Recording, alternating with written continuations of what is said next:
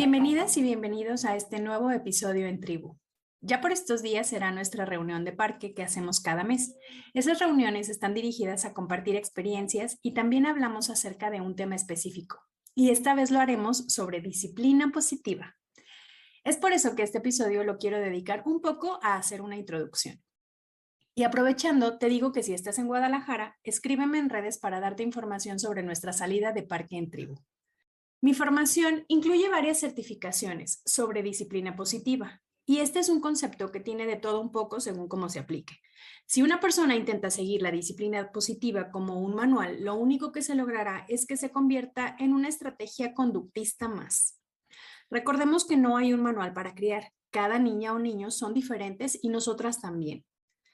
Y entonces empecemos por el principio. ¿Sabían ustedes que existen diferentes tipos de crianza? Se han catalogado así según las estrategias utilizadas. Entonces, hablaremos hoy de 3 de ellas. Primero te platico sobre la disciplina autoritaria.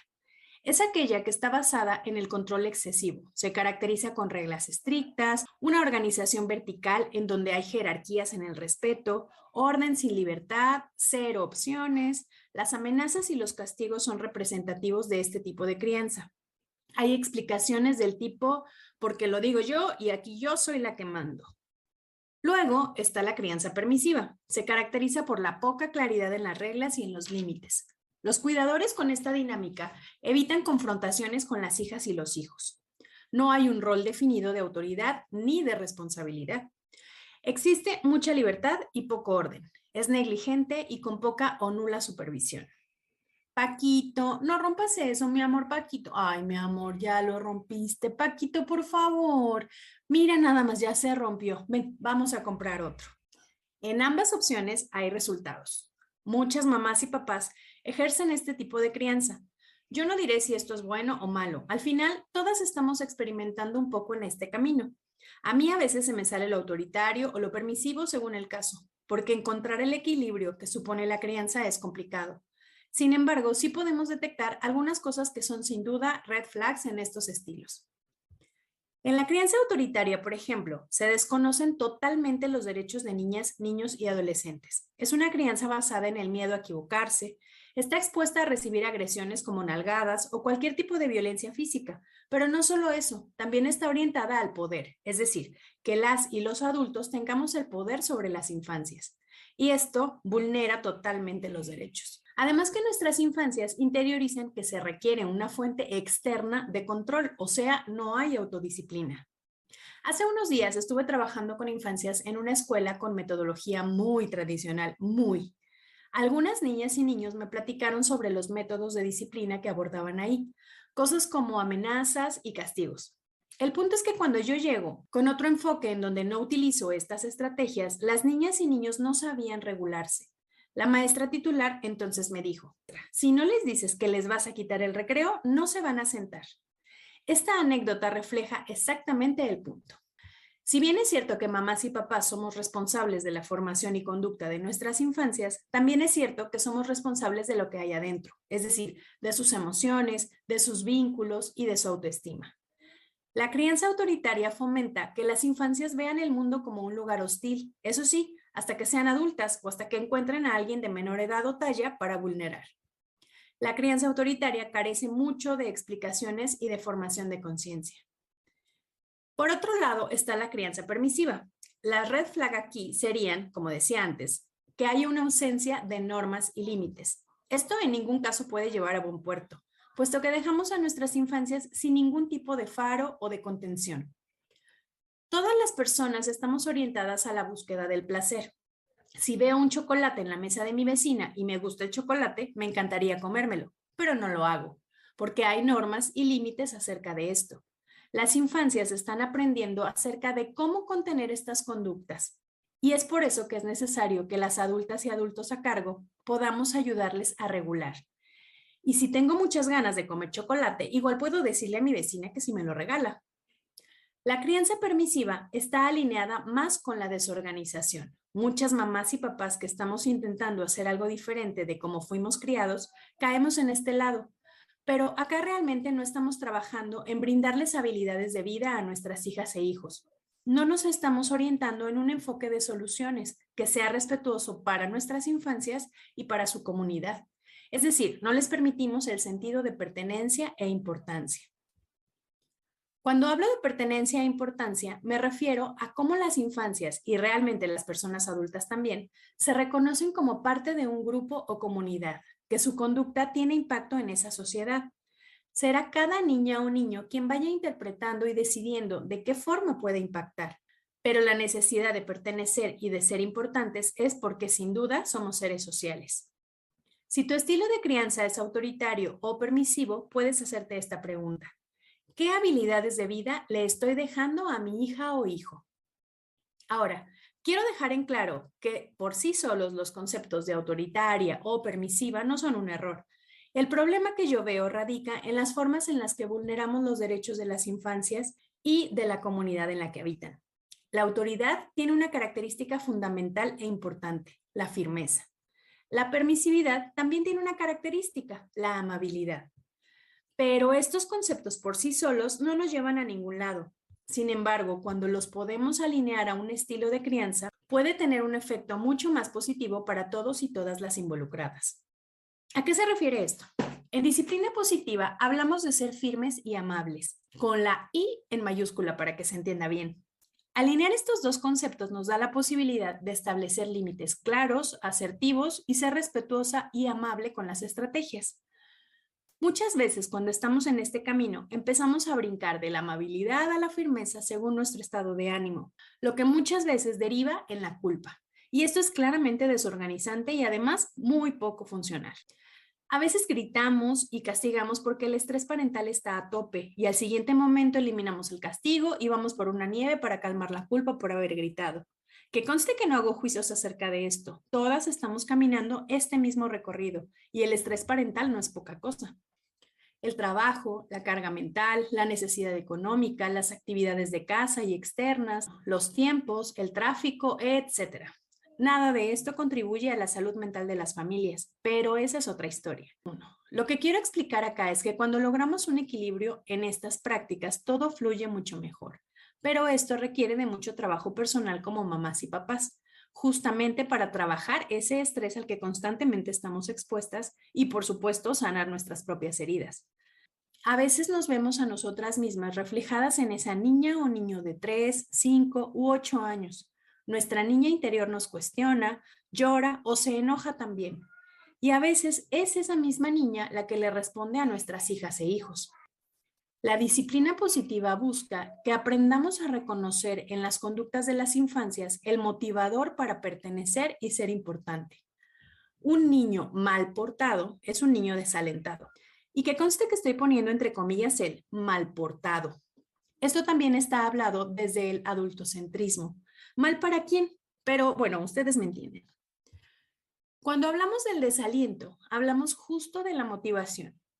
Un niño o niña hará todo lo que se encuentre en su radar para pertenecer y ser importante. Y sí, esto incluye hablar muchísimo en clase, retar a la mamá o a papá o hasta pegarle al hermanito menor. Y es que entendamos que los recursos de las infancias pueden ser limitados, si apenas tienen poquitos años viviendo en el mundo adulto. Por eso, la invitación de la disciplina positiva es a ver cada una de las conductas como un mensaje oculto. Interpretarlo nos dará la oportunidad de acompañarles para adquirir habilidades. Bueno, ya les hablé de la crianza autoritaria, que también es llamada crianza tradicional.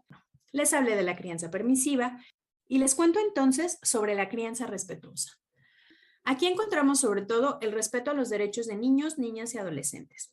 Se trabaja modelando conductas, reconociendo etapas del desarrollo y sobre todo tomando en cuenta las necesidades de las infancias y de las personas a cargo. Es decir, hay un equilibrio, porque es una relación horizontal. Por supuesto que habrán responsabilidades que le toquen a mamás y a papás. Las responsabilidades sin duda son verticales, porque niñas y niños están en la edad de ser dependientes, tanto emocionales como físicos. Pero la horizontalidad a la que me refiero va sobre el respeto y el amor. En la crianza respetuosa hablamos de la libertad con orden y opciones limitadas. Se decide en conjunto, se toma en cuenta, su voz cuenta. La disciplina positiva es el enfoque que se utiliza en la crianza respetuosa para justamente establecer límites No, con mayúscula, punitivos, no punitivos. Punitivo se refiere a castigo, cuando no hay negociación, explicación o acuerdo entre las partes. Dentro de la disciplina positiva encontramos 7 percepciones y habilidades significativas en el desarrollo. Se las cuento. 1. Capacidades personales, que nuestras hijas e hijos sepan y sientan que son capaces. 2. Importancia de las relaciones y su contribución, es decir, el pensamiento de que lo que yo hago contribuye y es genuinamente necesario. 3. Poder e influencia sobre la vida, pensar en que yo soy responsable directa de lo que me sucede y puedo intervenir en lo que me sucede. 4. Habilidades interpersonales. Se refiere a la interacción con otros mediante la comunicación eficiente, la negociación, la empatía, la escucha. 5. Habilidades intrapersonales. Se refiere a conocer y trabajar con mis propias emociones, a la regulación y a la autodisciplina. 6. Habilidades sistémicas. Trabajar con la responsabilidad, la adaptabilidad, flexibilidad e integridad. 7. Habilidades de juicio. Considerando la reflexión de acuerdo a los valores establecidos. La disciplina positiva, entonces, no es una suma de herramientas solamente, sino que incluye todo un soporte para poder acompañar a nuestras hijas e hijos en la adquisición de estas habilidades y percepciones. Y bueno, si suena tan bonito todo, ¿por qué es tan difícil ser amable y firme a la vez? Bueno, siendo honesta, tiene mucho más que ver con la falta de recursos como mamás y papás. A veces parece que las infancias se empeñan en hacernos enojar, ¿a que sí lo has pensado? ¿Pero realmente son ellas y ellos? ¿O quizá yo aún no he logrado aprender a regularme? Quizá el estrés parental está consumiéndome poco a poco. Hay un gran mito en la disciplina que nos dice que hay que encargarse del problema o de la conducta en el momento inmediato, es decir, cuando hay más estrés o más resistencia. Y esto no solo termina siendo improductivo, sino que además no enseña nada. Un cerebro estresado no está dispuesto a recibir más información. Claro que hay que detener la conducta, sobre todo si hace daño a la propia persona o a las demás, pero todo el aprendizaje no se dará en ese contexto, tanto porque nuestra hija o hijo estarán actuando desde su cerebro primitivo, como porque nosotras estaremos con esos recursos también. Detenernos, tranquilizarnos y retomar una vez reguladas es de los mejores aprendizajes que le podemos modelar a nuestras infancias. Otra de las cosas por la que se nos hace muy complicado es porque no sabemos cómo se ve ese trato. A la mayoría de nosotras nos criaron en contextos de autoritarismo y sin duda nuestra mamá y papá hicieron su mejor esfuerzo con lo que tenían a la mano, como nosotras. A veces nos cuesta mirarnos de forma benévola, nos recriminamos errores o nos tratamos de formas poco respetuosas. Si eso hacemos con nosotras mismas, ¿cómo es que podremos brindárselo a alguien más? Entonces, nuestro estilo de crianza es cambiante si estamos enojadas, porque no sabemos cómo se ve otra cosa. Y después, por culpa, somos demasiado amables o laxas para compensar el mal rato anterior, y así no la llevamos. Tampoco sabemos cómo ser amables en realidad, y terminamos siendo permisivas. Ser amables en el contexto de la disciplina positiva se refiere a respetar al otro y a mí misma. Complacer en todo, evitar la frustración o evitarles contratiempos no es ser amable, porque terminamos siendo sobreexigidas y además no dota de confianza y resiliencia a nuestras infancias. Un tema súper importante en la disciplina positiva es entender el contexto y desarrollo de nuestras hijas e hijos. No podemos trabajar de la misma forma con un bebé de 6 meses que con una niña de 6 años. Sus necesidades y su madurez son totalmente diferentes. Otra de las complicaciones de la disciplina positiva es que ésta no busca la obediencia. Y este es un tema muy fuerte de soltar. Lo único que realmente podemos controlar es lo que hacemos nosotras. No podemos obligar a la otra persona a hacer algo sin ser punitivos. Y eso, querida tribu, es súper fuerte y difícil de aceptar. Es por eso que constantemente entramos en una lucha de poderes. No me voy lejos, justo ayer acabo de participar en una en donde mi hijo me dejó bien claro que no puedo obligarlo a hacer algo y que eso es bastante irrespetuoso de mi parte. Con estas respuestas de su parte me dan ganas de dejar de criar así. Sí, súper sí. Siendo honesta, a veces me gustaría que me obedeciera sin chistar y a la primera. Pero cuando logro recuperar mi centro, acepto que él tenga estos recursos es maravilloso. Y si quieres enterarte del chismecito completo sobre la lucha de poderes, no te pierdas la salida al parque de este mes. Muchas gracias por escuchar otro episodio en Tribu. Si te gustó, compártelo para que llegue a más familias. Sigue nuestras redes en Instagram y Facebook como @tribu.asesorías de crianza. Si quieres aportar para que este proyecto siga teniendo recursos y siga creciendo, invítame a un café. En la descripción te digo cómo. Nos vemos en el próximo episodio.